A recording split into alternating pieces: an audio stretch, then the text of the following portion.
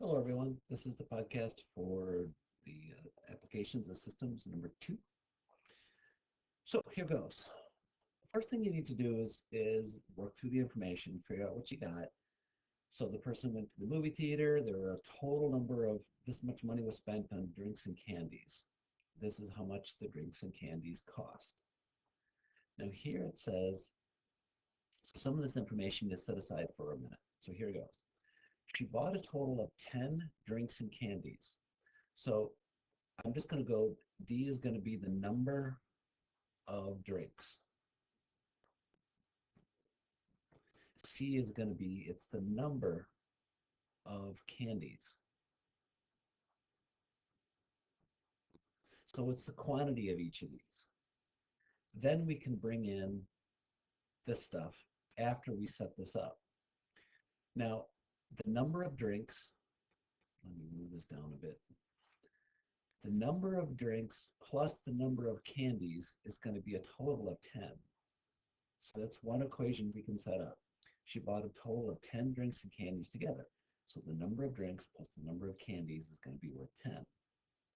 You need to set up a second equation that uses this information then.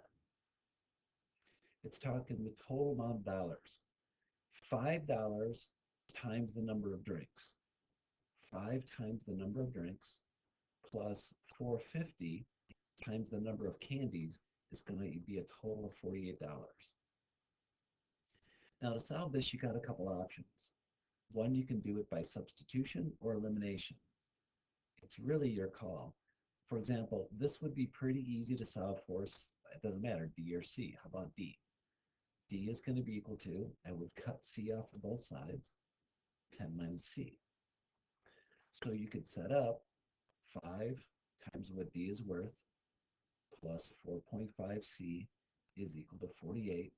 And in there, I'm going to place what D is worth, 10 minus C. So there would be 50 minus 5C plus 4.5C. This can't be right. Let me pause this thing. Why am I stuck? It's fine. I had a brain cramp. We're doing great. No worries. I had a moment of panic.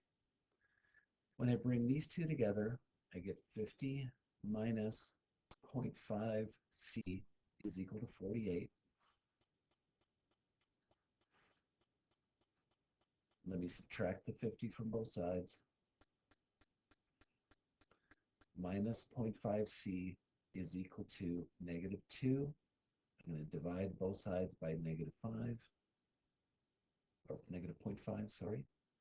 So C is equal to, let's see, it was negative 2 divided by negative 0.5, and I get 4.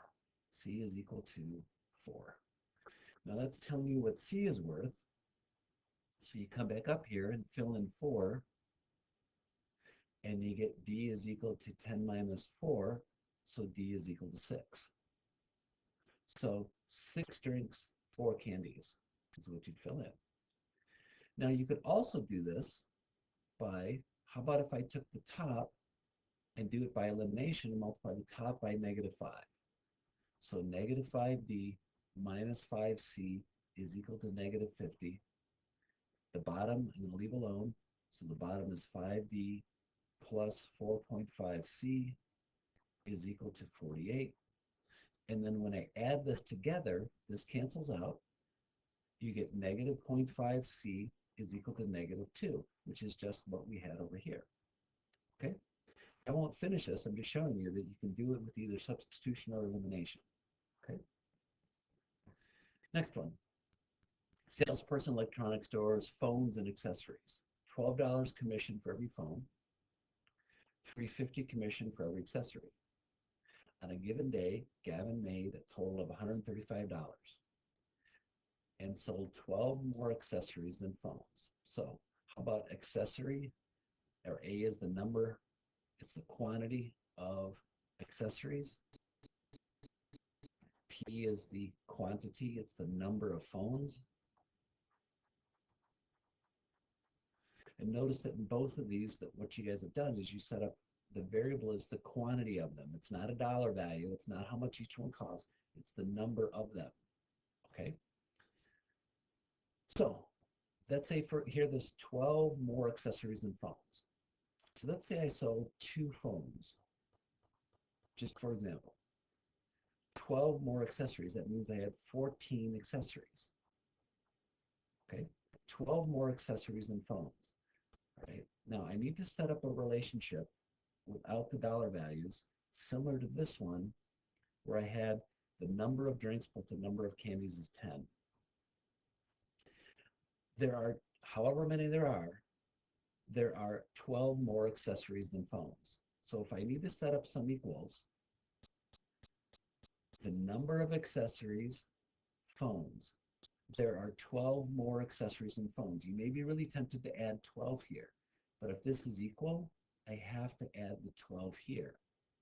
Reference this, notice this. If I added a 12 to this, aren't the quantities of these two things the same? Yeah. So you could either set that up, or you could cut 12 off of accessories, and that will give you the number of phones. Okay, that's how you deal with this piece of information.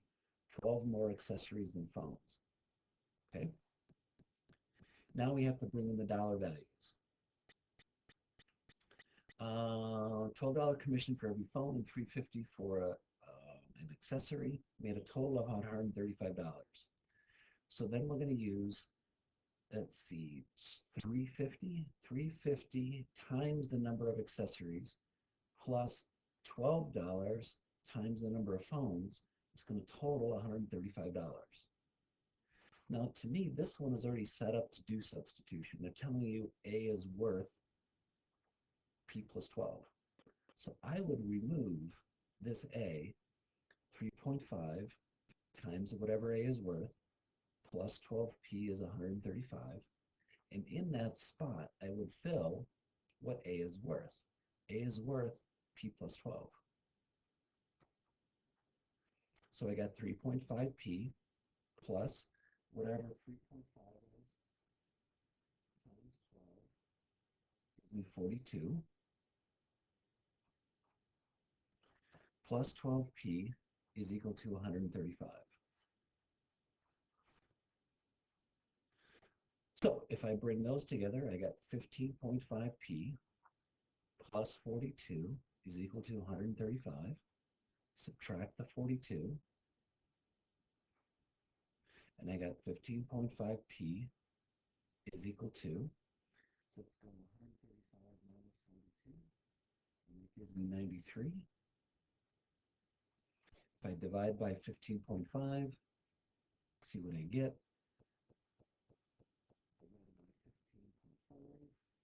I get 6. So P is equal to 6. Now remember, there were 12 more accessories than phones, so that means this is 18, because P is worth 6. Okay. Shipping container, or shipping, I can't even read. A paper company needs to ship paper to a large printing business. Small box weighs 50 pounds, so we have small boxes. So it's the number. So again, we're going for quantities. Number of small boxes. L is going to be the number of large boxes. So let's see, a total of 19 boxes were shipped. So that's just going to be S plus L, or the other way around, it really doesn't matter, equals 19 boxes. Excuse me. Now, this is where you bring in the weight of each box and how much all the boxes weigh.